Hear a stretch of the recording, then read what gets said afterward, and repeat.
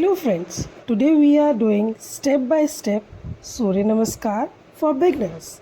Best time of doing it is in morning on empty stomach. Surya Namaskar is a 12-step sequence of yoga poses that promotes physical strength, flexibility and mental calm. It is a full body workout, stimulating organs, improving digestion, and burning calories. With benefits like weight loss, reduced stress, you can start 12 steps yoga from right leg and then left leg, total 24 steps in one round. Start 4 rounds, then increase your rounds up to 24 rounds. Thanks. For more information, do comment.